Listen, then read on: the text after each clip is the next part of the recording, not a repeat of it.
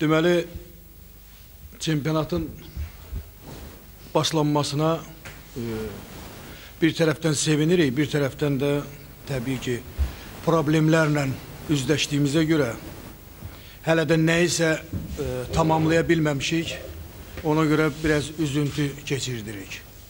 Onunla bağlı məğlubiyyətin səbəbləri olmur. Məğlubiyyət olanda heç vaxt səbəbləri aydınlaşdırmağa heç kimin vaxtı yoxdur, nə də buna əhəmiyyət verirlər.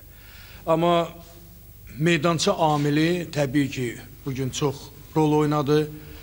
Bildiyiniz kimi bir aydır komandanın hələ süni meydançada bir dəfədə nə məşq etməyi, nə oynamağı və sparring partnyorlarla heç birini normal yüksək liqanın komandalarına tapa bilməmişik. Və sonda da ki, təbii ki, bu birinci oyun özün göstərdi ki, həmin o 7-8 nəfərin heyətdən getməyi bu komandanın gecə-gündüz çalışmalıdır ki, o komandanın hardasa 70% olsun.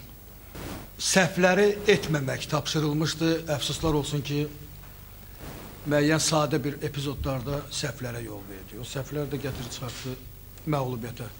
Ona görə inşallah rəvana gələn oyunlarda uğurlar arzu edirəm. Bizim də oyunlar qarşıda buraxılmış oyun var Bakı ilə, sonra Lənkərana səfər edəcək. Ona görə